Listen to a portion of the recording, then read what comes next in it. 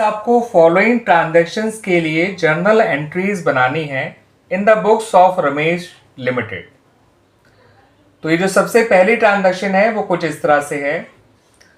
Purchase किए गए हैं गुड्स फॉर कैश जिनका प्राइस है ₹5000 और इन पे CGST और SGST चार्ज किया गया है एट द रेट 9% ईच। ठीक है बच्चों,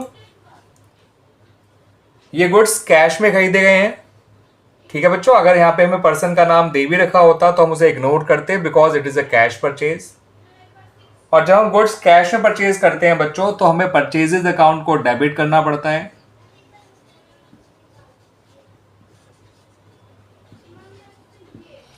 और साथ के साथ जो उन पे हमने GST पे किया है, CGST एंड SGST, उनके लिए आपको इनपुट CGST और इनपुट SGST अकाउंट को डेबिट करना है। ठीक है बच्चों, परचेजेस में आएगा 5000 और इनका जो 9% GST निकालेंगे, 5000 का 9% होता है 450। इससे ये दोनों अकाउंट डेबिट हो जाएंगे, दोनों का परसेंटेज 99 है, दैट्स वाई बच्चों। और यहाँ लिखेंगे आप टू कैश अकाउंट। कैश में आएगा आपका टोटल अमाउंट जो आपने पे किया, दैट इज ₹5900। क्लियर बच्चों, ये वाली ट्रांजैक्शन क्लियर हो गई। Now come to the next transaction. ये ट्रांजैक्शन कुछ इस तरह से है कि गुड्स बेचे गए हैं फॉर कैश जिनकी प्राइस है ₹8000। इन पे भी CGST और SGST चार्ज किया गया है एट द रेट 9% ईच। ये सेल भी बच्चों कैश में हुई है, जिस तरह से परचेज कैश में हुई थी, ये सेल भी कैश में हुई है। जब आप गुड्स कैश में सेल करेंगे तो आपका कैश अकाउंट डेबिट हो जाएगा बच्चों। पर्सन का नाम अगर दे भी रखा होता तो हम उसे इग्नोर करते बिकॉज कैश सेल है। कैश को डेबिट करेंगे, सेल्स अकाउंट को क्रेडिट करेंगे। और सेल्स अकाउंट अकेला तो क्रेडिट होगा नहीं बच्चों, उसके साथ आपको आउटपुट CGST अकाउंट और आउटपुट SGST अकाउंट, इन दोनों को ही क्रेडिट करना होगा। ठीक है बच्चों, जब आप गुड्स या सर्विसेज बेचते हैं तो ऐसे में जो आपका GST होता है उसे आउटपुट GST कहा जाता है।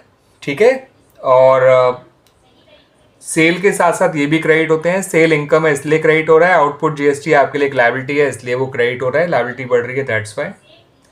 सेल में तो गुड्स का प्राइस आ जाएगा और इनका 9% निकालेंगे CGST तो 720, उतना ही SGST आ जाएगा और दोनों को जोड़ेंगे तो ये आ जाएगा 9440। तो इस तरह से बच्चों आपकी ये कैश सेल्स की एंट्री बन गई इंक्लूडिंग CGST एंड SGST।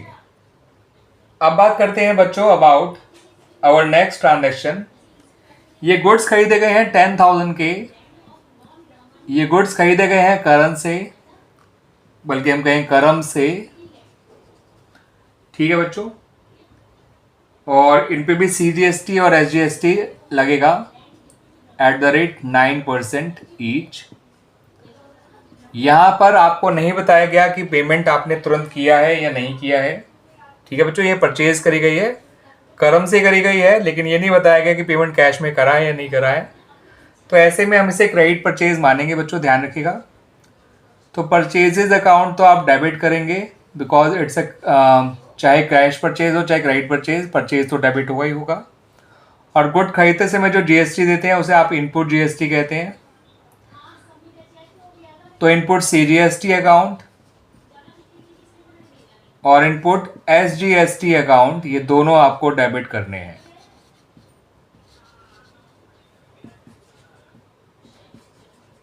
ठीक है बच्चों, और क्रेडिट करना है करम के अकाउंट को बिकॉज करम इज अवर क्रेडिटर, और क्रेडिटर जब इंक्रीज होता है तो उसे क्रेडिट ही किया जाता है।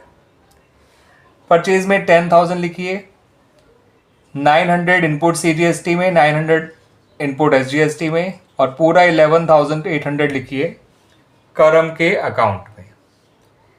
क्लियर हो गया बच्चों ये ट्रांजैक्शन। अगली ट्रांजैक्शन लिखिए बच्चों, इस बार गुड्स बेचे गए हैं परम को।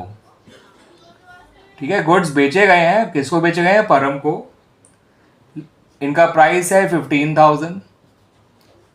इन पे भी CGST और SGST चार्ज किया गया है। ठीक है बच्चों, और फिर से वही दोनों का रेट है 9%। अब यहां बताया नहीं गया बच्चों कि ये परम से हमें पैसा मिल रहा है नहीं मिल रहा तुरंत, तो हम मानेंगे ये उधार सेल है, इट्स ए क्रेडिट सेल। तो इसको रिकॉर्ड करते समय आपको परम को डेबिट करना ही है, बिकॉज परम हमारा डेटर है और डेटर जब बढ़ेगा तो वो डेबिट होता है। आपको सेल्स अकाउंट को क्रेडिट करना है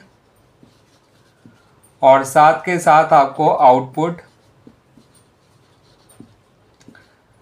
CGST अकाउंट और आउटपुट SGST अकाउंट, इन दोनों अकाउंट को क्रेडिट करना है अलॉन्ग विद सेल्स। सेल्स में लिखिए 15,000, इसका 9% आता है 1350, उतना ही CGST उतना ही SGST हो जाएगा। ठीक है बच्चों, 15, 16, 17, 17,700 आ जाएगा आपका परम में। क्लियर बच्चों? एंड ये क्रेडिट सेल थी, इसलिए हमने डेटर को डेबिट किया है, कैश का कहीं नाम आएगा ही नहीं बच्चों। अब अगली ट्रांजैक्शन में कहा है कि जो परम है इसने 5,000 के गुड्स लौटाए हैं।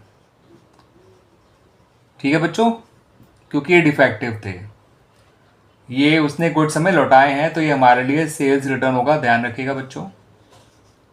अब सेल्स क्रेडिट की गई थी मगर सेल्स रिटर्न डेबिट किया जाएगा। और ये बताया नहीं गया बट ये अंडरस्टूड है कि जो इन पे GST पहले लगाया गया था सेल्स के टाइम पे वो भी रिवर्स करना होगा। ठीक है बच्चों, तो इस तरह से ये एंट्री बन जाएगी बच्चों। सेल्स तो क्रेडिट होता है मगर सेल्स रिटर्न क्या करते हैं हम लोग? डेबिट करते हैं। तो हम लोग लिखेंगे यहाँ पर sales return account debit, output CGST और आउटपुट SGST, इन दोनों को हमें क्या करना है बच्चों? डेबिट करना होगा। ठीक है, अगर गुड्स बेचे हुए रिटर्न आ जाते हैं वापस तो सेल्स रिटर्न डेबिट होता है, साथ साथ आउटपुट CGST एंड SGST भी हमें डेबिट करना होता है। यहाँ लिखिए 5,000, उसका 9% 450, 9% 450, GST का रेट वही रहेगा जो पहले था। और 2 परम, क्योंकि परम हमें गुड्स लौटा रहा है, तो as a result of that हमारा डेटर कम हो रहा है। ठीक है बच्चों, क्लियर हो गया ये। अब बात करते हैं लास्ट ट्रांजैक्शन की। ये गुड्स हमने करण से जो पहले खरीदे थे वो लौटाए हैं। जो गुड्स लौटाए हैं उनकी वैल्यू है ₹4,000 और ये हमने गुड्स लौटाए हैं, तो ये कहलाएगा परचेज रिटर्न।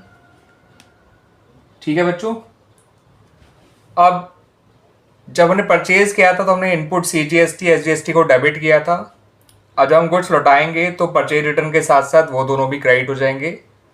रेट हो जाएगा वही वाला जो पहले था 9%। क्रेडिटर को जब हम गुड्स लौटाते हैं तो क्रेडिटर डिक्रीज हो रहा है, इसलिए क्रेडिटर को हम डेबिट करेंगे, यानी करंट को डेबिट करेंगे। और परचेजेस रिटर्न अकाउंट के साथ साथ इनपुट